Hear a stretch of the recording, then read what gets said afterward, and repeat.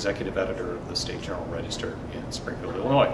My undergraduate degree wasn't even in journalism. It was in history, political science, with a minor in accounting. And the main thing I needed was just to be able to write. I mean, that was the, anything you can do that will cause you to write will be a good preparation for this. You know, there's a certain rhythm to the day as you go through it, and that helps. I mean, if you either love or you're going to hate it. I mean, some people are so hyper-structured, and it's like, you know, if something doesn't happen at 12 o'clock that you think is going to happen at 12 o'clock, it just throws your entire world out of control. If you're one of those people, it's probably not going to be the best job for you.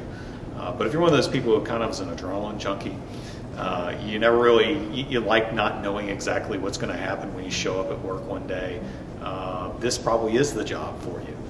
Because I can plan it out to a certain point, but there's always that 9/11 scenario, or there's always going to be, you know, maybe Barack Obama coming to town, and these outliers, these big news events that happen that you got to spend time on.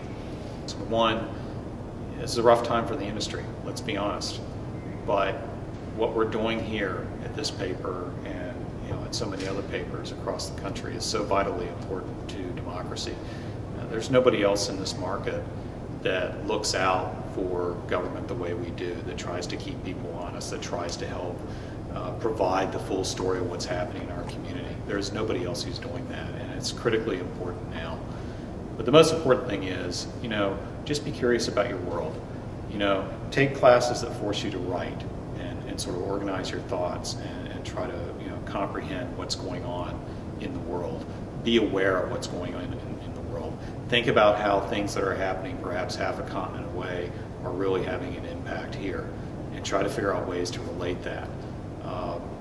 But at the end of the day, just write. Even if it's just for yourself, write.